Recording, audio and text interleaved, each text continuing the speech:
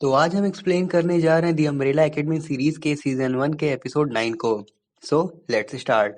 Episode की शुरुआत होती है 1993 के फ्लैशबैक से, जहां हम देखते हैं कि किड वान्या को उसकी नैनी ओटमील खिला रही होती है।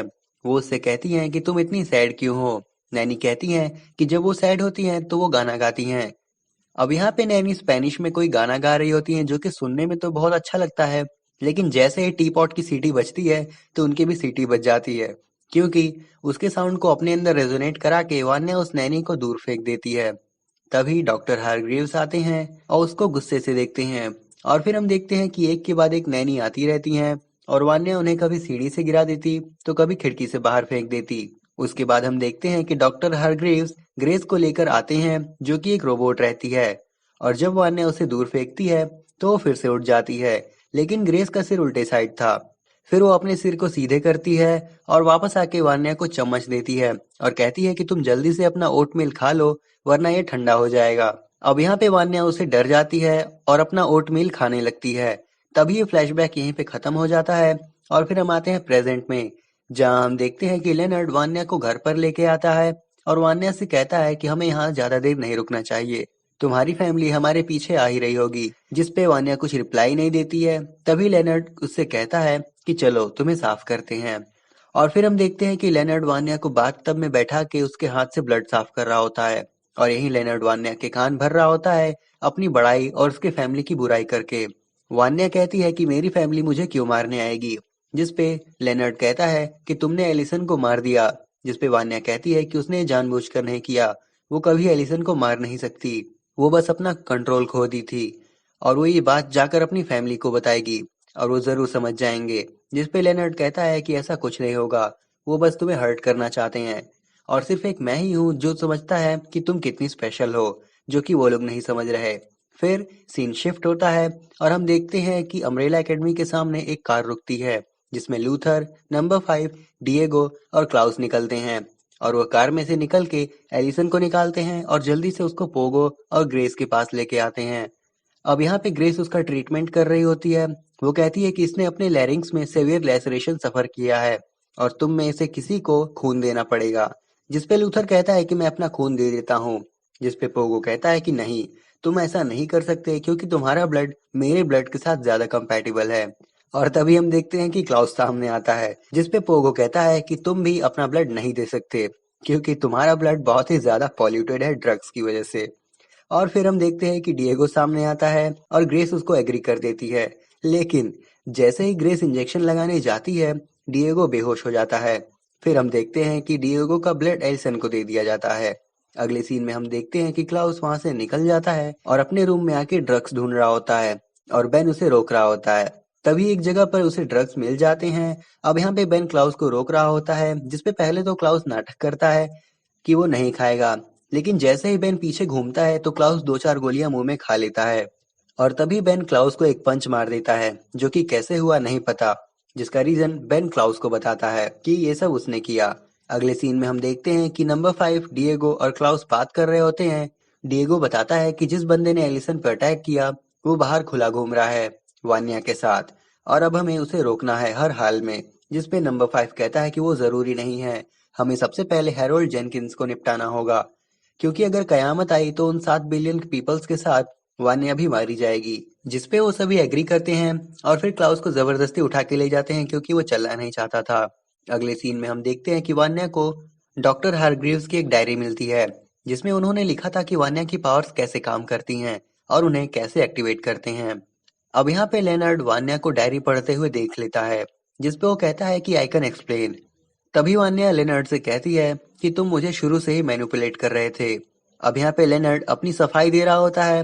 वो कहता है कि तुम्हारी फैमिली ने तुम्हारे लिए कुछ नहीं किया, मैंने किया। तुम आज जो भी हो मेरी वजह से हो। तुम्हें ये सारी पावर्स मैंने दिलाई हैं। तुम्हारी फैमिली तुम्हें जरा भी प्यार नहीं करती। सिर्फ मैं ही हूँ जो तुम्हें समझता हूँ कि तुम कितनी स्पेशल हो। वो लोग तुम्हें छोटा दिखाना चाहते हैं, but compare to them you are a god. अब यहाँ पे वान्या बार बार कह रही होती है कि वो अपनी फैमिली को जाकर सब कुछ बता देगी और उनसे माफी मांगेगी, लेकिन तभी लेनर्ड वान्या को टॉन्ट मारने लगता है कि तुम कमजोर हो, तुमसे कुछ नहीं होगा। और ये सब टॉन्ट सुनते सुनते वान्या के इमोशंस हाई होने लगते हैं और वान्या अपने आसपास के साउंड को फिर से अपने अंदर रेजोनेट करा लेती है और अपनी पावर एक्टिवेट कर देती है और फिर अपनी पावर लेनर्ड पे यूज करती है और उसको बुरी तरह से मार देती है। फिर सीन शिफ्ट होता है और हम देखते हैं कि एग्नेस अपने मॉडल रूम के अंदर जाती है। तभी उसे टॉयलेट फ्लश करने की आवाज सुनाई देती है। उसे लगता है कि हेजल वहां पर है और वो उससे कुछ कह ही रही होती है। तभी टॉयलेट में से चाचा निकल के आती है, जिसे देखकर एग्नेस डर जाती है और कहती है कि अगर तुम हेजल के लिए आई हो तो उसने मुझे छोड़ दिया है। जिस पे चाचा उसे मार के बेहोश कर देती है। अगले सीन में हम देखते हैं कि जब नंबर 5 क्लाउस और डिएगो लेनर्ड के घर पे आते हैं तो उन्हें पता चलता है कि लेनर्ड तो मरा पड़ा हुआ है। अब यहाँ पे नंबर 5 लेनर्ड का आई पैच निकालता है और उस पे वो नकली आंख लगाता है जो कि वो अपने साथ लेके घूम रहा था। और हमें पता चलता है कि वो नकली आंख लेनर्ड के साइज की ही है, यानी कि जिस आई बॉल को नंबर 5 सालों से लेकर घूम रहा था वो फ्यूचर लेनर्ड का था। अब यहाँ पर वो लोग सोचते हैं कि अब जो लेनर्ड यानी हैरोल्ड जेनकिंस मर चुका है, जो कि कयामत की चाबी था, तो इसका मतलब ये हुआ कि कयामत टल चुकी है। बट मेन पार्ट तो ये है कि इसे मारा किसने, जिस पे वो लोग वान्या को ढूंढने निकल देते हैं। फिर हम देखते हैं कि एलिसन की ट्रीटमेंट फिनिश हो जाती है और लूथर वहीं रुक जाता है एलिसन के पास, ताकि जब वो उठे तो उसके पास कोई हो। और फिर हम देखते हैं कि डिएगो, क्लाउस और नंबर 5 वापस एकेडमी आके वान्या को ढूंढते हैं, पर वो उन्हें मिलती नहीं है। जिसके बाद डिएगो हेजल और चाचा को मारने निकल देता है। फिर क्लाउस और नंबर 5 आपस में बात करते हैं, जहां क्लाउस नंबर 5 को काफी सुनाता है कि उसे अब ये सब छोड़ के रेस्ट करना चाहिए। अगले सीन में हम देखते हैं कि नंबर 5 अम्ब्रेला एकेडमी में बैठकर एक जूस बनाता है और डेलोरेस के साथ बैठकर एंजॉय कर रहा होता है। तभी वहां पर हेजल आ जाता है, जिसे देख के नंबर 5 को लगता है कि वो उसे मारने के लिए आया है। अब यहाँ पे वो दोनों आपस में बात कर रहे होते हैं। तभी नंबर 5 पूछता है कि तुम यहाँ क्यों आए हो, बट इससे पहले कि वो कुछ बता पाता, वहां पे डिएगो आ जाता है और वो हेजल से लड़ने लगता है। वो दोनों आपस में काफी अच्छी फाइट करते हैं। तभी नंबर 5 एक ग्लास जार उठाता है और डिएगो के सिर पे दे मारता है, जिससे डिएगो बेहोश हो जाता है। और फिर हेजल कहता है कि वो भी उनके साथ मिलके कयामत को रोकना चाहता है। अब यहाँ पे नंबर 5 बताता है कि कयामत की इक्वेशन का मार्क मर चुका है, जिससे कि आने वाली कयामत टल चुकी है। और फिर नंबर 5 और हेजल आपस में बैठ के बात कर रहे होते हैं। तभी हेजल पूछता है कि वो आगे क्या करेगा, जिस पे नंबर 5 बताता है कि उसने बाद में क्या करना है ये नहीं सोचा। तभी हेजल बताता है कि वो सब कुछ शुरू से शुरू करना चाहता है और एक फ्रेश लाइफ जीना चाहता है।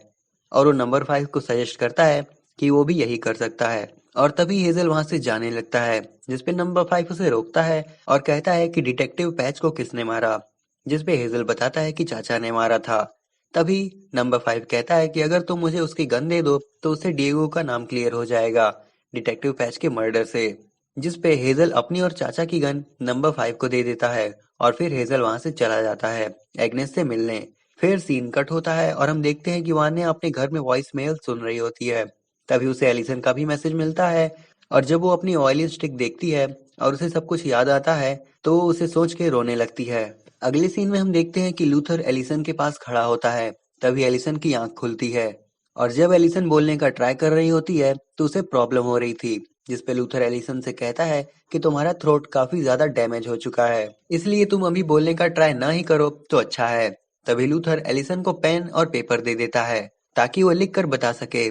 तभी एलिसन उसे बताती है कि वान्या के पास भी पावर्स हैं और उसने ही ये सब किया।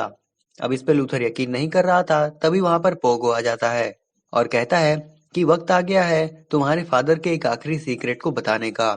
और फिर पोगो लूथर को वान्या के बारे में सब कुछ बता देता है। अगले सीन में हम देखते हैं कि वान्या अम्ब्रेला एकेडमी आती है ताकि वो अपनी फैमिली को सब कुछ सच बता सके और उन्हें समझा सके कि आखिर वहाँ क्या क्या हुआ था।